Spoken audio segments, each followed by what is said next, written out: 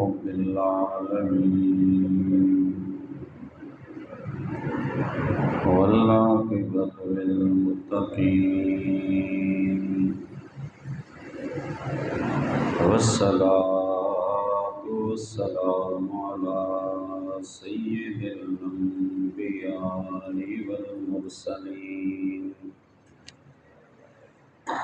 وعلى آله وأصحابه أجمعين. أما بعد فأعوذ بالله من الشيطان الرجيم. بسم الله الرحمن الرحيم.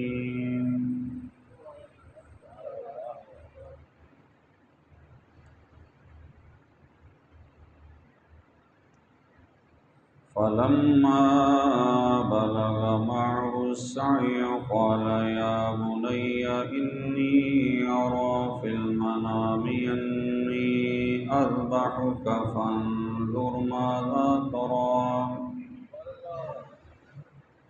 قال يا أبت افعل ما تؤمر ستجدني إن شاء الله من الصابرين.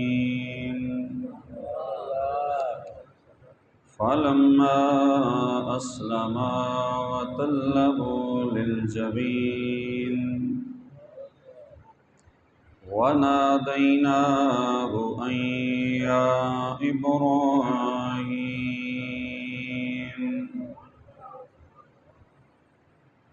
قد صدقت الرؤيا إنا كذلك نجزي المحسنين. إن هذا لهو البلاء المبين. وفديناه بذبح عظيم وتركنا عليه في الآخرين.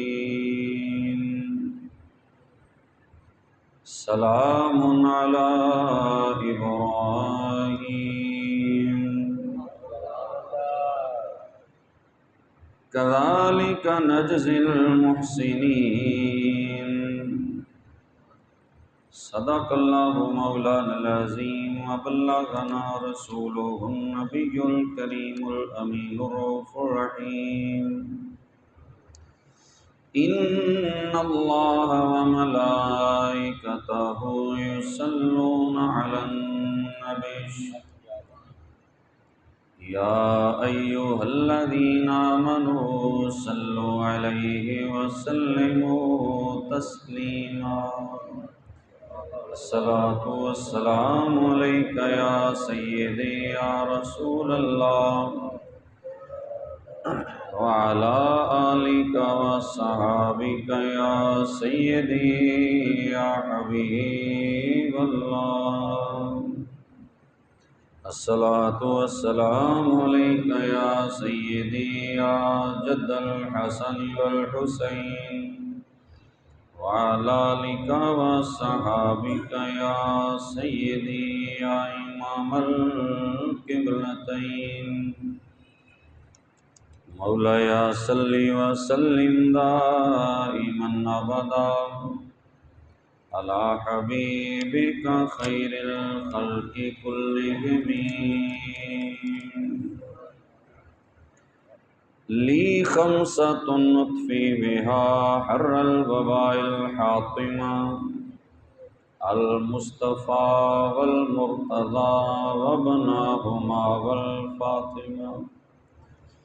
بندہ پروردگارم امت احمد نبی دوست دار چار یارم تابع اولاد علی مذہب حنفیہ دارم ملت حضرت خلیل خاک پائے غوث اعظم زیر سایہ ہر ولی.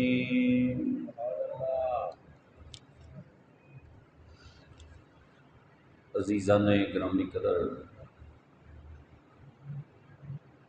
آج کے جمعۃ المبارک کا موضوع آپ جو سماعت فرمانے لگے ہیں اور جو آپ ملاحظہ فرما رہے ہیں، قربانی کا پس منظر اور حکمتیں۔ قربانی ایک بہت بڑی عبادت ہے اور اس میں بہت ساری حکمتیں ہیں، اور تاریخ انسانی میں اس کو بڑی اہمیت حاصل ہے۔ یہ صرف اس امت کے لیے قربانی نہیں ہے بلکہ پہلی امتوں میں بھی قربانی تھی۔ وَلِكُلِّ أُمَّةٍ جَعَلْنَا مَنْسَكًا، اللہ فرماتا ہے ہر امت کے لیے ہم نے قربانی بنائی ہے۔ پہلے جو امتیں گزری ہیں وہ بھی اپنے اپنے طریقہ کے مطابق، اپنی اپنی شریعت کے مطابق، اپنے نبی کے بتائے ہوئے طریقہ کے مطابق قربانی کرتی تھی۔ پہلی امتیں طریقے مختلف تھے، انداز مختلف تھے، وقت مختلف تھا، تو اس امت کو بھی اللہ کریم نے قربانی کا حکم عطا فرمایا۔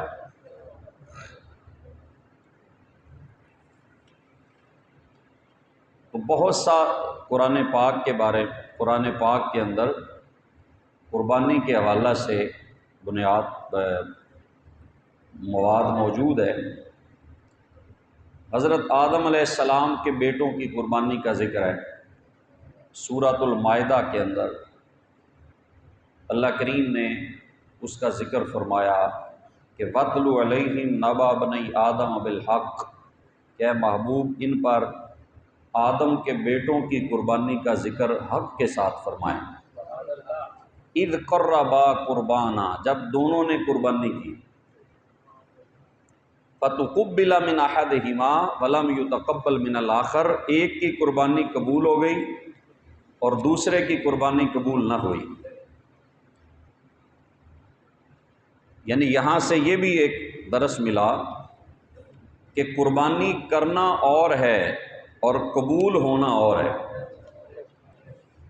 اصل سعادت بندے کی یہ ہے کہ اس کی قربانی اللہ کے حضور قبول ہو جائے، اللہ کریم اس کی قربانی کو قبول فرما لے۔ تو اس لیے کوشش یہ کرنی چاہیے کہ اس انداز میں بندہ قربانی کرے کہ وہ اللہ کی بارگاہ میں قبولیت کا شرف حاصل کر لے۔ چونکہ آدم کے بیٹے ہیں دونوں، حابیل اور قابیل اولاد آدم ہیں، ایک نبی کے بیٹے ہیں، لیکن دونوں کی قربانی قبول نہیں ہوئی۔ حابیل کی قربانی اللہ نے قبول فرمائی اور قابیل کی قربانی کو اللہ نے رد فرما دیا۔ اب آپ سوچیں گے کہ قبولیت کی کیا علامت ہے؟ اب یہاں تو کوئی پتہ نہیں کس کی قبول ہے کس کی قربانی قبول نہیں ہے، تو اس وقت قبولیت کا پتہ چل جاتا تھا، اس وقت قبولیت کا اسی وقت پتہ چل جاتا کہ جس کی قربانی قبول ہوتی آسمان سے آگ آتی اور اس کو کھا جاتی، جس کی قربانی آگ کھا جاتی تو یہ نشانی تھی کہ اس بندے کی قربانی قبول ہے، اور جس کی قربانی کو آگ نہیں اٹھاتی تھی اس کا مطلب ہے اس کی قربانی اللہ نے قبول نہیں فرمائی۔ اب یہاں آپ تھوڑا سا غور فرمائیں کہ اللہ نے اس امت پہ کتنا کرم فرمایا ہے، کتنا کرم ہے۔ ایک تو اللہ نے امتیازی شان یہ دی کہ تمہاری قربانی اٹھانے بجلی نہیں آئے گی، آسمان سے آگ نہیں آئے گی، کھانی بھی تم نے ہے، اللہ اکبر، تم خود کھاؤ گے اجر ہم عطا فرمائیں۔ دیکھو ہم خود کھاتے ہیں قربانی کا گوشت، بھائیوں کو، بہنوں کو، رشتہ داروں کو، غریبوں کو، مسکینوں کو، حضور کی امت کو کھلاتے ہیں، خود کھاتے ہیں، اپنے بچوں کو، لیکن وہ اجر عطا فرماتا ہے۔ اور دوسرا اس میں فائدہ یہ ہے کہ اللہ نے ذلت سے اس امت کو بچا لیا ہے، پردہ رکھا، اس امت کا پردہ رکھا کہ کسی کی قبول نہیں بھی تو کم از کم وہ شرمندہ نہیں ہوگا، لوگوں کی نظروں میں وہ شرمندگی سے بچ جائے گا۔ یہ تو قیامت کے دن فیصلے ہوں گے، لیکن اللہ نے اس امت کے گناہوں پہ بھی پردے ڈالے کہ اگر کسی کی قربانی میں کمی بھی ہے تو اس جہاں میں اسے رسوا نہیں ہونے دیتا۔ تو آدم کے بیٹوں کی قربانی کا اللہ نے قرآن میں ذکر فرمایا، ایک کی قبول ہو گئی اور دوسرے کی قربانی اللہ نے رد فرما دی۔ تو اس نے کہا انما یتقبل اللہ من المتقین، کہ اللہ قربانی پرہیزگاروں سے قبول فرماتا ہے۔ یہ دیکھیں ہمارے لیے بھی سبق ہے، انما یتقبل اللہ من المتقین، کہ بھائی مجھ سے ناراض نہ ہو۔ اس نے کہا حابیل نے قابیل سے کہ مجھ سے لڑو نہ، تمہاری قربانی قبول نہیں ہوئی تو میرا قصور نہیں ہے۔ انما یتقبل اللہ من المتقین، اس لیے کہ اللہ تقوی والوں کی قربانی قبول فرماتا ہے۔ تم بھی تقوی پیدا کر لو، اللہ تمہاری بھی قربانی قبول فرما لے۔ تو یہ جو پہلا حسد ہوا تھا دونوں بھائیوں میں، پھر اس نے کیا کیا، قابیل نے حابیل کو قتل کر دیا۔ جو انسانوں میں پہلا قتل ہوا ہے وہ آدم کے ایک بیٹے نے دوسرے کو قتل کیا۔ تو سرکار نے فرمایا قیامت تک جو بھی قتل ہوگا اس کا ایک گناہ اس قاتل کو ہوگا جس نے قتل کا آغاز کیا، جس نے پہلا قتل کیا تھا قابیل اس کا نام ہے۔ فرمایا جب بھی اولاد آدم میں قتل ہوگا پہلے گناہ اس کو ملے گا کہ اس نے قتل والا گناہ، اس کا ایجاد اس نے کیا تھا، موجد وہ ہے، اس نے پہلے قتل کیا اور قتل بھی اپنے بھائی کو کیا۔ اور حسد جو تھا، یہ بات یاد رکھیں، کس وجہ سے قتل کیا؟ حسد کی بنیاد پر۔ کس چیز کا حسد تھا؟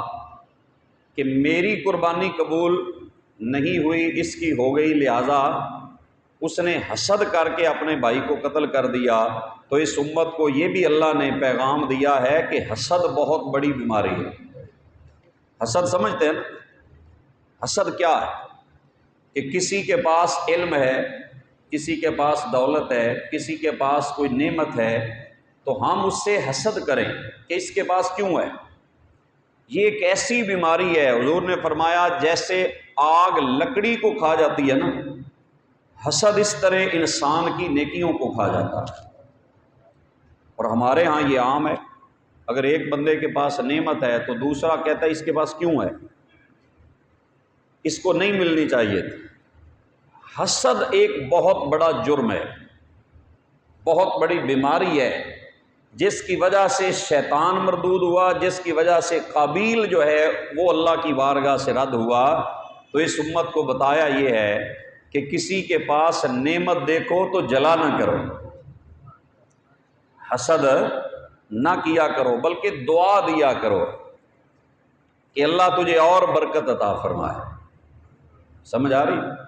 کسی کی نعمت دیکھ کے ہم نے حسد نہیں کرنا، بلکہ کہنا ہے الحمدللہ، اللہ تجھے اور نعمت دے، ماشاءاللہ، اللہ تیری اس نعمت میں برکت پیدا فرمائے، تبارک اللہ احسن الخالقین، پاک ہے، مبارک ہے وہ ذات جس نے سب کو پیدا فرمایا، جس نے دیا ہے۔ ہاں اگر آپ کو وہ چیز اچھی لگی ہے کہ اس کے پاس ہے میرے پاس بھی ہونی چاہیے، تو یہ یاد رکھیں اللہ کے پاس صرف ایک ہی نہیں تھی جو اس کو دی ہے، تمہیں نہیں دے سکتا۔ اگر تو آپ کو یہ یقین ہے کہ اللہ کے پاس ایک تھی، اس نے اسے دے دیا، مجھے نہیں ملے گی، تو پھر تو حسد بنتا ہے، کیوں جی؟ پھر تو حسد بنتا ہے۔ لیکن اگر وہ مالک ہے سارے خزانوں کا تو پھر اس سے یہ کہو نا مولا اسے دی ہے مجھے بھی دے دے، تیرے خزانے میں کون سی کمی ہے، تو تو مالک ہے، تو خالق ہے، اگر میرے بھائی کو یہ نعمت دی ہے تو مجھے بھی دے دے۔ کسی کی نعمت سے حسد کرنا یہ مومنوں کا طریقہ، بولیں مومنوں کا طریقہ نہیں ہے، یہ صاحب تقوی لوگوں کا شعار نہیں ہے۔ تو حسد ایک بہت بڑی بیماری ہے۔ جس کی وجہ سے قابیل برباد ہو گیا اور قربانی حابیل کی اللہ نے قبول فرمائی اور قتل ہو گیا، لیکن پہلے اس نے دست درازی نہیں کی. اس نے کہا تم مجھے مارو گے نا، میں پہل نہیں کروں گا لڑنے کی، میں تم پہ حملہ نہیں کروں گا، میں تم کو قتل نہیں کروں گا، تم کرو گے تو میرا گناہ بھی تمہارے ذمے اور تمہارا گناہ بھی تمہارے ذمے. یہ قرآن نے واقعہ بیان کیا، اور اس میں جو ہمارے موضوع سے متعلق چیز ہے وہ ہے انما یتقبل اللہ من المتقین. فرمایا اللہ قربانی تقوی والوں کی قبول فرماتا ہے.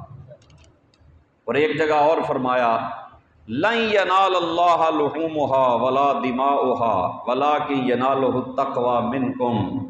فرمایا اللہ کو تمہارا خون نہیں پہنچتا، اللہ کو تمہارے گوشت نہیں پہنچتے. کیوں جی اللہ گوشت لیتا ہے؟ کوئی بندہ کہے کہ اللہ نے مجھ سے گوشت مانگا ہے یا جو خون تھا وہ اللہ کو میں نے دے دیا ہے، ایسا نہیں ہے. وہ تو پاک ہے، نہ اسے خون کی ضرورت، نہ گوشت کی ضرورت، نہ کھالوں کی ضرورت. کیوں جی کھالیں بھی ہم نہیں لینی ہیں، کھالیں تو مولویوں نے، علماء نے جمع کرنی ہے، مدارس والوں نے لینی ہے، فاؤنڈیشنز والوں نے لینی ہے. اللہ کو نہ تمہاری کھالوں کی ضرورت، نہ تمہارے گوشت کی ضرورت، تمہارے سری پایوں کی ضرورت. یا اللہ تو کیا لیتا ہے؟ ہائے ہائے اللہ تو ہم سے کیا لیتا ہے؟ فرمایا ہمیں تو تمہارا تقوی پہنچتا ہے. انما یتقبل اللہ من المتقین. اور لن ینال اللہ لحومها ولا دماؤها ولکن ینالہ التقوی منکم. فرمایا تمہارے دل میں جو ہماری محبت ہے نا، اللہ اکبر، تمہارے دل میں جو ہماری محبت کا چراغ جل رہا ہے، ہم تو اس کو دیکھتے ہیں کہ کون چھری چلاتے ہوئے ہماری محبت سے چھری چلا رہا ہے. اللہ کو خون کی ضرورت نہیں ہے، تمہارے گوشت کی ضرورت نہیں ہے، اللہ کو تمہاری کھالوں کی ضرورت نہیں ہے. اللہ تو تمہارے تقوی کو دیکھتا ہے، تمہاری پرہیزگاری کو دیکھتا ہے کہ تم نے جب چھری چلائی تھی تو صرف جانور پہ چھری چلائی ہے یا اپنی دنیا کی محبتوں پہ بھی چھری چلائی ہے. فرمایا تقوی اللہ کو چاہیے، تم تقوی کے ساتھ قربانی کرو، پرہیزگاری کے ساتھ قربانی کرو، نیک نیتی کے ساتھ قربانی کرو، اور اللہ کی محبت میں قربانی کرو، اللہ کے عشق میں قربانی کرو، اللہ کی چاہت میں قربانی کرو، اللہ کو راضی کرنے کے لیے قربانی کرو، اللہ کو راضی کرنے کے لیے قربانی کرو. اور قربانی میں ایک سبق یہ بھی ملتا ہے، کیونکہ قربانی میں عیب والا جانور نہیں لگتا، نہ اندھا، نہ کانا، نہ لنگڑا. جس میں عیب ہو اور بڑا عیب ہو وہ قربانی نہیں لگتی. تو اس میں سبق یہ ہے کہ اگر عید والے دن تم پسندیدہ شے خرچ کرتے ہو نا، تو پوری زندگی اللہ کی راہ میں اچھی چیزیں خرچ کیا کرو، اللہ کی راہ میں اچھا مال خرچ کیا کرو، ٹوٹی پھوٹی چیزیں اللہ کی راہ میں خرچ نہ کیا کرو. تو یہ قربانی میں ہمیں سبق ملتا ہے. لن تنالوا البر حتى تنفقوا مما تحبون، چوتھا پارہ ہے. فرمایا تم کامل نیکی ہرگز نہیں پا سکتے جب تک اپنی پسند کی چیز خرچ نہ کرو. حضرت عبداللہ ابن عمر کے بارے میں، وہ شکر صدقہ کیا کرتے. کسی نے پوچھا سرکار یہ شکر کیوں صدقہ کرتے ہیں؟ انہوں نے کہا مجھے پسند ہے، میں اس لیے زیادہ یہ صدقہ کرتا ہوں، یہ اس لیے میں صدقہ کر رہا. صدقہ جو کرو پسند کی شے صدقہ کرو، اچھی معیاری چیز اللہ کی راہ میں صدقہ کرو. تو قربانی ہمیں پیغام دیتی ہے کہ ٹوٹی ہوئی چیزیں، ناکارہ چیزیں، ردی چیزیں، نا استعمال کے قابل چیزیں، یہ ہمارے لیے خرچ نہ کرنا. اگر یہ سیکھنا ہے نا سبق، اگر یہ سبق سیکھنا ہے نا، تو فرمایا مینا میں ہمارے خلیل کو دیکھ لو، مینا میں دیکھو ہمارے خلیل نے کیا خرچ کیا ہے. کیوں جی کوئی ایسا کر نہیں سکتا، نہ اللہ نے حکم دیا ہے، کیونکہ کر کوئی نہیں سکتا، اس لیے اللہ نے حکم بھی نہیں دیا.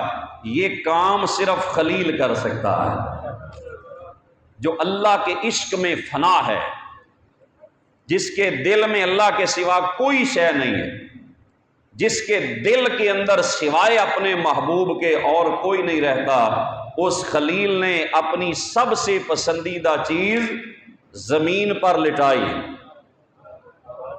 اور اللہ کو وہ منظر بڑا پسند آیا۔ آئیے سورۃ الصافات، اس کی چند آیات جو میں نے ابھی آپ کے سامنے پڑھی ہیں، وہ تھوڑا تھوڑا میں ان کا مفہوم بتا دیتا ہوں۔ اللہ نے قرآن میں بیان کیا کہ پہلے ابراہیم نے مانگا، 83 سال کی عمر تھی، بوڑھے ہو گئے، بروایت اختلاف روایات، 83 سال یا 93 سال یا 100 سال عمر ہے، بڑھاپے میں کہا ربی حب لی من الصالحین، مولا ایک نیک بیٹا ہی عطا فرما دے۔ فبشرناہ بغلام حلیم، کہا خلیل تم نے مانگا ہی آ جائے، ہائے ہائے مانگا ہی آ جائے، پہلے مانگ لیتے تو پہلے دے دیتے، تم نے جیسے ہی سوال کیا ہے ہم نے تیری جھولی بھر دی ہے۔ فبشرناہ بغلام حلیم، اور ایسا بیٹا دیں گے جو حلم والا ہوگا، جو برداشت کرنے والا ہوگا، جو ہماری رضا پہ سر جھکانے والا ہوگا۔ وہ بیٹا دیا پھر جس کا نام تھا اسماعیل۔ اسما معنی ہے تو سن، ایل کا معنی ہے اللہ کی صفت ہے ایل، اسما تو سن، ایل اے اللہ۔ جب اللہ نے بڑھاپے میں سنی تو نام ہی رکھ دیا اسماعیل۔ جو اللہ نے بڑھاپے میں اس ابراہیم کے گلشن میں جو پھول کھلایا تھا وہ جناب اسماعیل علیہ السلام ہیں۔ تو فلما بلغ معہ السعی، اللہ فرماتا ہے جب وہ چلنے لگا، دوڑنے لگا، کام کاج کے قابل ہو گیا، علماء فرماتے ہیں 13 سال عمر ہو گئی، تو اب کیا ہوا، جو دیا تھا اب واپس مانگ لیا۔ پہلے دیا، اب خود ہی کہتا ہے ابراہیم جو دیا تھا نا اب واپس کرو۔ یا اللہ انکار ہے ہی نہیں، یا اللہ یہ تو کچھ نہیں، ساری کائنات بھی مانگے تو ابراہیم تیرے نام پہ قربان کر دے۔ یا اللہ یہ تو ایک بیٹا ہے، دیا بھی تو نے ہے اور مانگا بھی تو نے ہے، کہا اور ڈائریکٹ حکم نہیں دیا، خواب دکھایا۔ کیا دکھایا؟ کہ ابراہیم اسماعیل کو ذبح کر رہے۔ اب فوراً سمجھ گئے کہ حکم آ گیا، حکم آ گیا ہے۔ اسماعیل کو لیا، مینا کی وادی ہے، وہاں پہ جا کر کہا یا بنیا انی اری فی المنام انی اذبحک، اے میرے بچڑے۔ ترجمے پہ غور نہیں کیا، اے میرے بیٹے نہیں کہا، بلکہ محبت سے کہا یا بنیا، اے میرے بچڑے، انی اری فی المنام، میں خواب میں دیکھتا ہوں، انی اذبحک، میں تجھے ذبح کر رہا ہوں۔ فانظر ماذا تری، پتر دس تیری مرضی کی ہے، ہائے ہائے بتا تیری مرضی کیا ہے۔ آگے سے ہیل و حجت نہیں کی، آگے سے کوئی بہانے نہیں کیے، ابا جی خواب خواب ہوتا ہے، آپ خواب کی وجہ سے اپنا بیٹا ذبح کریں گے؟ نہیں، اسماعیل کو پتا تھا یہ خواب ہر ایک کا برابر نہیں ہوتا، اگر کوئی عام دیکھے تو خواب شیطانی بھی ہو سکتا ہے، اگر خلیل اللہ دیکھے تو خواب اللہ کا حکم ہوتا ہے۔ یہ حکم ربانی ہے۔ خواب جو ہے نا یہ غفلت کا عالم ہے، خواب میں بندہ غافل ہوتا ہے، جب بندہ سوتا ہے نیند میں غافل ہوتا ہے، اسی لیے وضو بھی ٹوٹ جاتا ہے، بندہ سوئے تو وضو بولے ٹوٹ جاتا ہے، آپ کا قائم رہتا ہے ٹوٹ جاتا ہے، کیونکہ بندے کو پتہ نہیں، ہو سکتا ہے وہ نیند میں ہو اور اس کا وضو ٹوٹ گیا، اس کو کنٹرول نہیں رہا اپنے اعضاء پر۔ سب کی نیند وضو توڑتی ہے، ہائے ہائے، نبی کی نیند وضو نہیں توڑتی، اس لیے کہ ہماری نیند غفلت ہے، نبی کی نیند بھی ذکر الہی ہے۔ حضور سو رہے ہیں، تہجد پڑھی، لیٹ گئے، خراٹوں کی آواز آئی۔ حضرت عائشہ فرماتی ہیں خراٹوں کی آواز آئی، ادھر سے حضرت بلال نے کہا الصلاۃ یا رسول اللہ، حضور نماز کا ٹائم ہو گیا۔ حضور اٹھے، فوراً 2 سنتیں پڑھی اور فوراً نماز پڑھانے چلے گئے۔ تو حضرت عائشہ نے پوچھا حضور سونے کے بعد وضو نہیں کرنا تھا؟ آپ سوئے تھے تو وضو نہیں کیا؟ حضور نے فرمایا تنام عینایا ولا ینام قلبی، عائشہ تجھے کس نے کہا ہے ہم سوتے ہیں؟ ہائے ہائے، فرمایا آنکھیں سوتی ہیں، دل جاگتا ہے۔ نبی کی آنکھوں پہ نیند ہے، نبی کا دل بیدار ہے، بلکہ اللہ سے ملاقات کے اندر ہے۔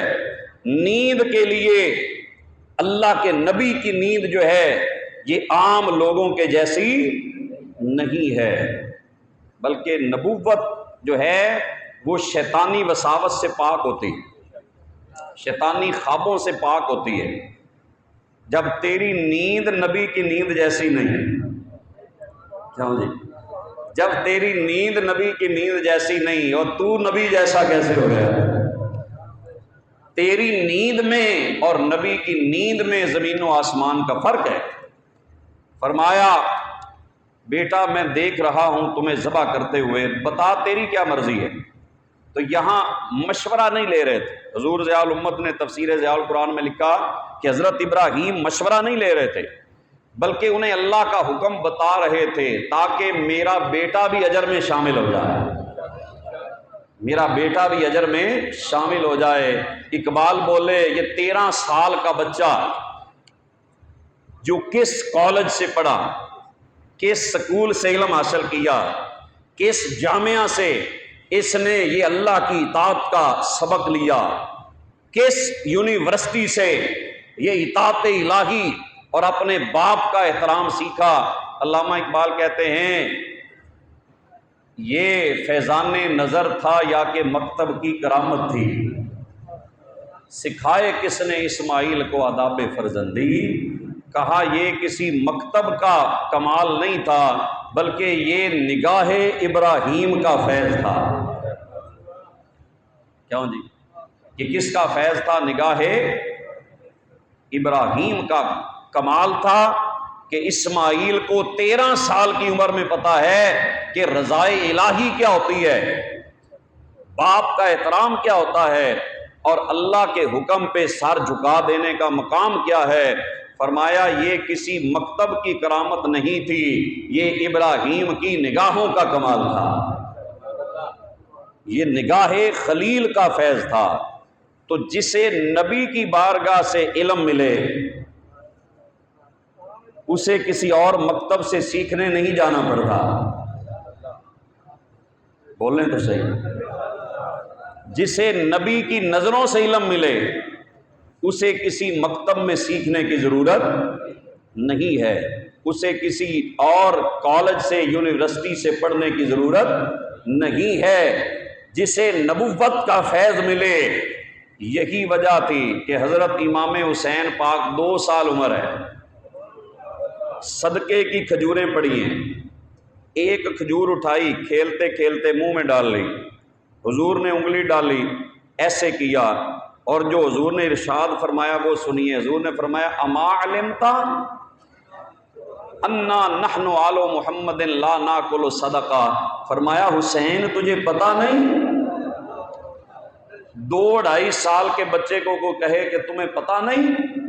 اب 2 سال کے بچے کو کیا پتا کہ صدقہ کیا ہے، آل نبی کیا ہے، حرام کیا ہے، حلال کیا ہے اور یہ وجہ کیا ہے؟ نہیں، بچہ عام ہو تو بے خبر ہوتا ہے، بچہ عام ہو تو بے خبر ہوتا ہے، لیکن اگر سینہ محمد سے فیض پانے والا ہو تو وہ خبردار ہوتا ہے۔ نبوت کا فیض جسے ملتا ہے پھر اللہ اسے علم کے خزانے بھی دیتا ہے، اللہ اسے حکمت بھی عطا فرماتا ہے، اللہ اسے اپنی معرفت بھی عطا فرماتا ہے، اللہ اسے رضا بالقضاء بھی عطا فرماتا ہے۔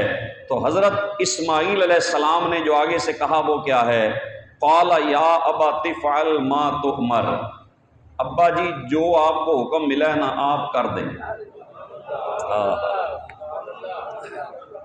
جو اللہ کا حکم ہے نا آپ کر دیں۔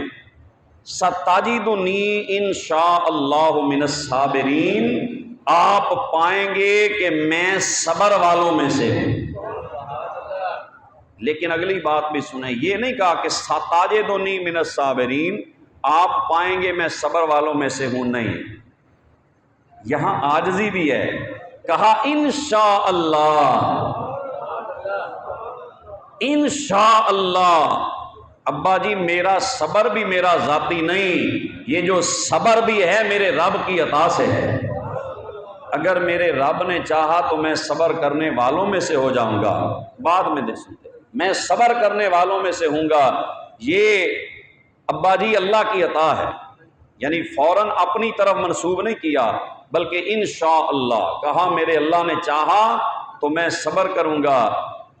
فرمایا فلما اسلما وتلہ للجبین، جب باپ بیٹے دونوں نے گردن جھکا دی، جب دونوں جھک گئے، وتلہ للجبین، اور ابراہیم علیہ السلام نے اسماعیل کو پیشانی کے بل لٹا دیا، سیدھا نہیں لٹایا، پیشانی کے بل لٹایا۔ انہوں نے کہا تھا نا ابا جی سیدھے نہ لٹانا، کہیں آنکھیں آنکھوں سے ملیں گی، محبت پدری، محبت جاگ نہ جائے، ابا جی الٹا پیشانی کے بل لٹائیں، مجھے ابا جی باندھ لیں اچھی طرح، اور جو میرا کپڑا ہوگا نا، لباس میرا، قمیض، وہ میری اماں کو دے دینا۔ کچھ باتیں کی، باپ نے لٹایا، اب یہ قدسی منظر دیکھ رہے ہیں، ملائکہ وہ یہ منظر دیکھ رہے ہیں، اب فرشتے دیکھ رہے ہیں، مینا میں ایک باپ اپنے بیٹے کو چھری کے نیچے لٹا کر اللہ کے حکم پہ چھری پھیرنے لگا ہے۔ فرشتوں نے دیکھا، بھائی بڑی محبت ہے،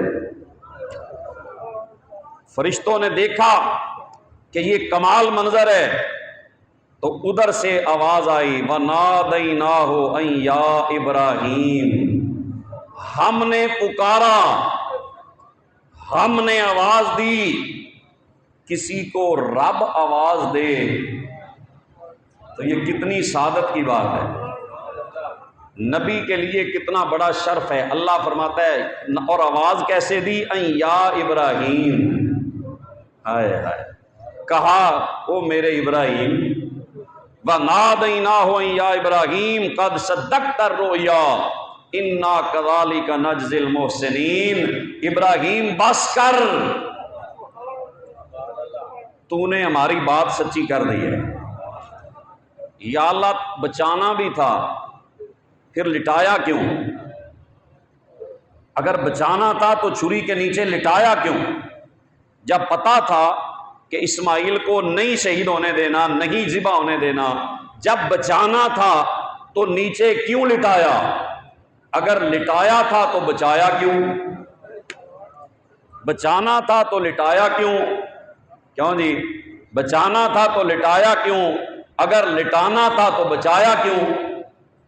اصل رب دکھانا چاہتا تھا، اسماعیل ذبح نہیں ہو سکتے تھے، ہونا بھی نہیں تھا، کیوں کہ اسماعیل کی پیشانی میں نور محمد چمک رہا تھا صلی اللہ علیہ وآلہ وسلم، حضور کا۔ اللہ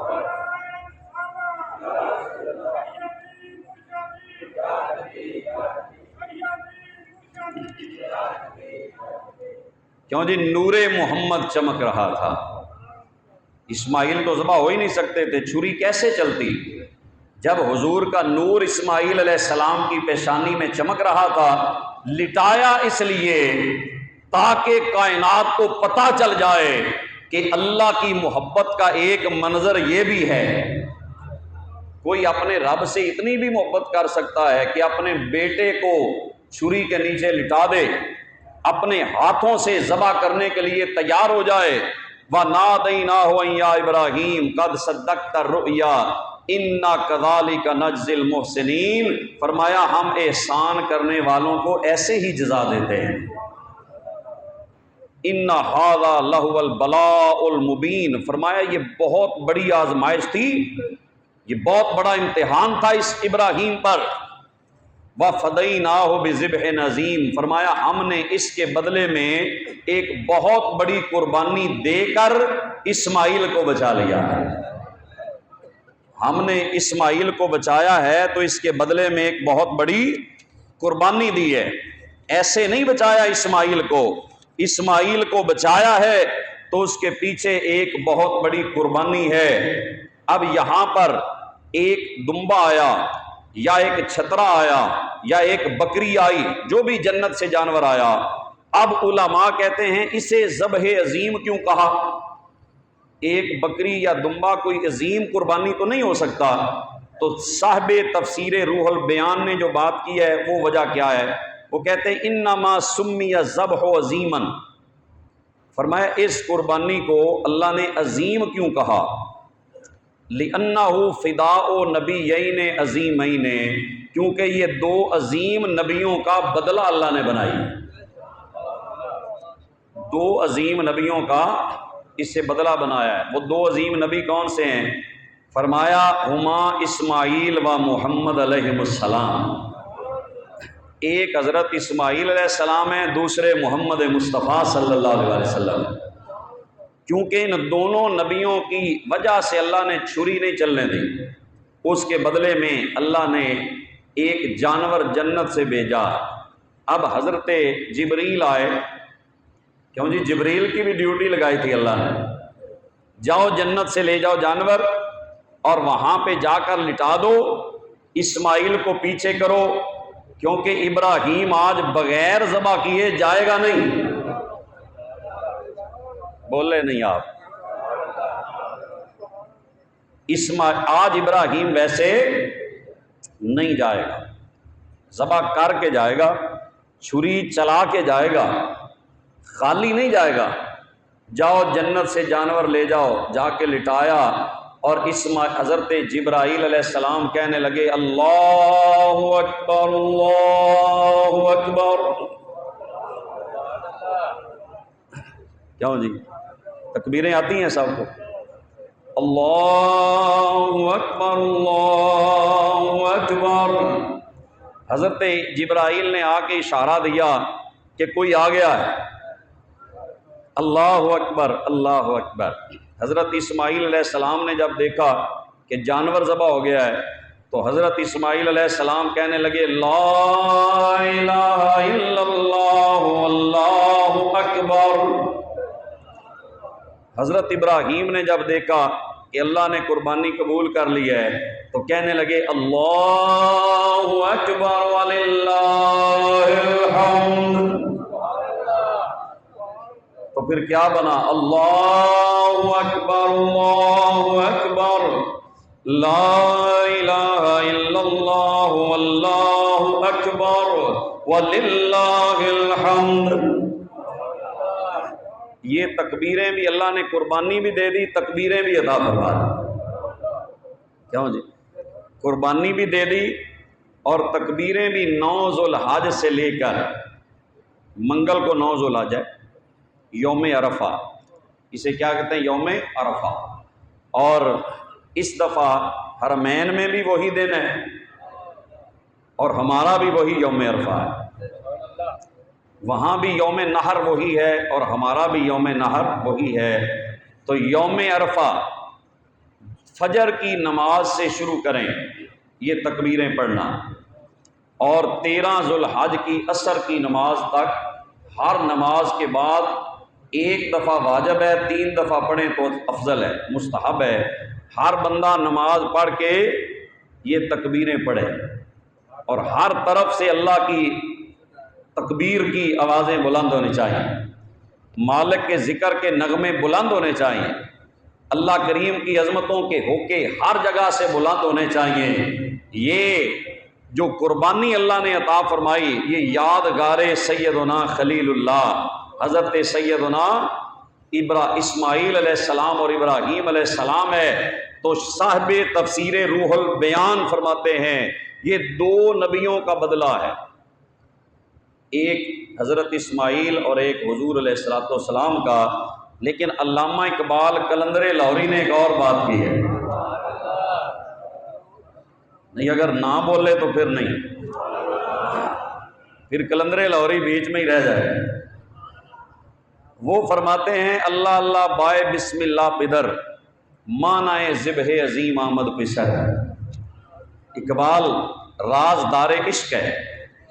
علامہ اقبال کہتے ہیں یا اللہ تیری شان بڑی بلند ہے، تو نے کیا شان دی ہے، اللہ اللہ بائے بسم اللہ پدر، تو نے باپ کو بسم اللہ کی با بنا دیا۔ یہ اقبال کی بات میں کر رہا ہوں، میری نہیں ہے۔ اللہ اللہ بائے بسم اللہ پدر، اے اللہ تو نے باپ کو بسم اللہ کی بے بنا دیا۔ ہوتی با ہی ہے لیکن میں بے سمجھانے کے لیے بتا رہا ہوں۔ اے اللہ تیری شان ورال ورا ہے، تو نے باپ کو بسم اللہ کی با بنا دیا اور بیٹے کو ذبح عظیم بنا دیا۔ اللہ اللہ بائے بسم اللہ پدر مانائے ذبح عظیم آمد پسر۔ باپ کو بسم اللہ کی با کیسے بنایا، باپ کو بسم اللہ کی با کیسے بنایا؟ پورے قرآن کا نچوڑ سورت فاتحہ ہے، اور سورت فاتحہ کا سارا نچوڑ بسم اللہ میں ہے، بسم اللہ کا سارا نچوڑ بسم اللہ کی با میں ہے، اور با کا سارا نچوڑ جو اس کے نیچے نقطہ ہے اس میں ہے۔ اقبال کہتے ہیں مولا علی بسم اللہ کی با ہے۔ علی کے نام پہ بھی نہ بولیں تو پھر سبحان اوے علی ساڈا ہے، اوے علی ہمارا مولا ہے، ہمیں فیض ملا ہے تو باب علوم مصطفیٰ علی شیر خدا سے ملا ہے۔ علی ہمارا ہے، سمجھی؟ اور کھاتے میں نہ ڈالو، علی کا فیض چشتیوں کو بھی ملا ہے، علی کا فیض قادریوں کو بھی ملا ہے، علی کا فیض سوہر بردیوں کو بھی ملا ہے، اور نقش بندیوں کو دونوں ملے ہیں، صدیق سے بھی ملا ہے، مولا علی سے بھی ملا ہے۔ باب ولایت ہے، وہ کہتے ہیں بسم اللہ کی با کا نقطہ علی ہے، اور وَفَدَيْنَاهُ بِذِبْحٍ عَظِيمٍ، اللہ فرماتا ہے ہم نے اس کے بدلے میں ایک عظیم قربانی دی۔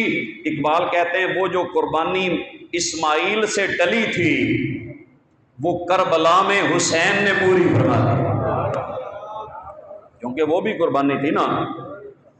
اسلامی مہینے کا آغاز محرم ہے، اسلامی مہینہ پہلا کون سا ہے؟ محرم، آخری کون سا ہے؟ ذوالحج۔ ذوالحج بھی قربانی ہے، محرم بھی قربانی ہے، اسلام کی ابتدا بھی قربانی ہے، انتہا بھی قربانی ہے، محرم بھی قربانیوں والا اور ذوالحج بھی قربانیوں والا۔ اسلام قربانیوں سے پھیلا ہے، اسلام قربانیوں سے پھیلا ہے، اور قربانی اللہ کے قرب کا ذریعہ ہے۔ قربانی اللہ کے قرب کا کیا ہے بولیں؟ ذریعہ ہے، اور قربانی پہ جو جانور لگتے ہیں نا وہ برکت والے ہو جاتے ہیں۔ چلو اس کی مثال میں آپ کو دے دیتا ہوں۔ بکری زیادہ بچے دیتی ہے یا کتی زیادہ بچے دیتی ہے؟ وہ زیادہ دیتی ہے، اور زیادہ جلدی بچے دیتی ہے، اور زیادہ دیتی ہے، اور کتوں کے ریوڑ نہیں ہوتے۔ بکریاں ہر سال کروڑوں ذبح ہوتی ہیں لیکن پھر بھی ریوڑ بکریوں کے ہیں نا۔ یہ عجیب بات ہے کہ زیادہ ذبح بھی بکریاں ہوں، کتا ذبح بھی نہ ہو، لیکن ریوڑ ان کے نظر نہ آئیں، بکریوں کے ریوڑ کی ریوڑ نظر آئیں۔ یہ وجہ کیا ہے کہ ہر سال بھی ذبح ہوں، قربانی پہ بھی ذبح ہوں، عقیقے پہ بھی ذبح ہوں، ہر روز بکریوں کا گوشت شادیوں میں بھی ذبح ہوں، لیکن ریوڑ پھر بھی ہیں۔ بتایا یہ کہ جو اللہ کے نام پہ قربان ہو وہ کبھی ختم نہیں ہوتا، اللہ اس میں برکت پیدا فرما دیتا ہے۔ نقطہ سمجھ آیا کہ نہیں؟ جو اللہ کے نام پہ ذبح ہو وہ کبھی ختم جو اللہ کے نام پہ قربان ہو وہ کبھی ختم نہیں ہوتا۔ اور یزید کے 13 بیٹے تھے، حسین کا ایک تھا۔ ہائے ہائے، حسین پاک کا ایک تھا، یزید کے 13 تھے۔ کوئی دنیا میں ایسا ہے جو کہے جی میں یزید کی اولاد میں سے؟ کوئی دکھائیں عرب میں، عجم میں، لیکن دنیا کے کونے کونے میں آپ دیکھیں گے حسینی سید پائے جاتے ہیں۔ زین العابدین امام الصابرین ایک تھا، لیکن نسل زین العابدین دنیا میں موجود ہے۔ رب بتانا چاہتا ہے جو اللہ کے نام پہ ذبح ہو وہ کبھی مٹتا نہیں، اللہ اسے ہمیشہ کے لیے باقی فرما دیتا ہے۔ قربانی جو ہوتی ہے نا جس جانور کی، وہ ختم نہیں ہوتا، وہ جانور باقی رہتے، حلال جانور، قربانی والے جانور۔ تو 10 ذوالحج قربانی کا دن ہے۔ کتنا بولیں تھوڑا سا، کون سا؟ 10 ذوالحج۔ اگر 10 کو نہیں کی 11 کو کر لیں، 11 کو نہیں کی تو 12 کو، مغرب تک آپ کے پاس آپشن ہے، غروب آفتاب تک 10 11 12 3 دن آپ کے پاس قربانی کے موجود ہیں۔ پہلے دن کریں افضل ہے، اس سے اگلے دن کریں پھر بھی ہو جائے گی، تیسرے دن کریں تو پھر بھی قربانی ہو جائے گی۔ 3 دن، اور حضور نے فرمایا ان 3 دنوں میں ابن آدم کا کوئی بھی عمل قربانی کا خون بہانے سے اللہ کی بارگاہ میں افضل کوئی نہیں ہے۔ ان 3 دنوں میں سب سے افضل عمل کیا ہے کہ جانور کا خون اللہ کے نام پہ بہایا جائے۔ آپ اپنا جانور اللہ کے نام پہ ذبح کریں، ان 3 دنوں میں اور کوئی افضل عمل نہیں ہے۔ یہ حضور نے یہاں کس چیز کی نفی فرمائی ہے کہ کوئی عقل کا پجاری کہے جی جانور کیوں ذبح کر رہے ہیں؟ آپ اگر 50,000 کا جانور ہے تو آپ 50,000 ویسے ہی صدقہ دے دیں، یا جو جن کو بیوہ سے بڑا خیر خواہی ہوتی ہے کہ آپ یہ 50,000 قربانی پہ کیوں لگا رہے ہیں، کسی بیوہ کو دے دیں 50,000 روپے، کسی یتیم کو دے دیں۔ اسلام میں ہر چیز کا اپنا الگ مقام ہے، سمجھ آئی؟ ہر ایک کا الگ مقام ہے۔ حضور نے پہلے ہی بتا دیا، اگر کوئی عقل کے گھوڑے دوڑا کے کہے نا کہ تم قربانی نہ کرو، یہ کسی کو ویسے صدقہ کر دو، فرمایا یہ نہیں ہو سکتا۔ قربانی جیسا عمل 3 دنوں میں کوئی اور نہیں ہے، آپ کو قربانی کرنا پڑے گی۔ تو سرکار نے قولن بھی فرمایا اور عملاً بھی حضور نے یہ کر کے دکھایا۔ کیسے کر کے دکھایا؟ حضور نے خود جانور لیے 2، بولیں ذرا کتنے؟ 2 جانور لیے اور انہیں لٹایا، قبلہ رخ لٹایا، خود اپنے دستے مبارک سے ذبح کرنے لگے۔ یہ کوئی غیر ضروری عمل ہوتا نا، حضور کسی کو کہتے بھائی کر دو میں مصروف ہوں تم میری طرف سے کر دو، نہیں، حضور خود آئے، چھری پکڑی، تیز کر کے جانوروں کو لٹایا، منہ قبلہ رخ کر کے، اور سرکار نے اپنے دستے مبارک سے وہ جانور ذبح فرمائے اور دعا پڑھی، انی وجہت وجہی للذی فطر السماوات والارض علی ملت ابراہیم حنیفا وما انا من المشرکین ان صلاتی و نسکی و محیای و مماتی للہ رب العالمین لا شریک لہ وبذالک امرت وانا من المسلمین اللہم منکا و لکا و ذالکا ان محمد و امتہ بسم اللہ واللہ اکبر۔ کیا ہوں جی؟ 2 جانور کیے، کہا یا اللہ میری طرف سے بھی قبول فرما، اس لجپال نبی کی لجپالی پہ قربان جائے جس نے کبھی امت کو بلایا نہیں، وہ زمین پر ہو تو امت کا نام وہ عرش معلیٰ پہ جائیں تو امت کا نام، وہ زمین میں قبر میں تشریف لے جائیں تو وہاں بھی امت کا نام، حشر کا میدان بپا ہو تو وہاں بھی امت کا نام۔ حضور نے کہا یا اللہ یہ میری طرف سے بھی قبول کر، میری امت کی طرف سے بھی قبول کر۔ کیوں جی؟ تو اور جن کے پاس پیسے نہیں نا، پریشان نہیں ہونا کہ میرے پاس قربانی نہیں ہے، لو جی فلاں نے بکرے 2 کر دیے، فلاں نے 4 کر دیے۔ اگر ہے تو کریں، اچھی بات ہے، اگر نہیں تو تمہیں ڈبل مبارک۔ سارے اپنی اپنی قربانی کر رہے ہیں، اور غریبوں مبارک ہو، تمہاری قربانی تمہارا نبی کر گیا۔ لجپال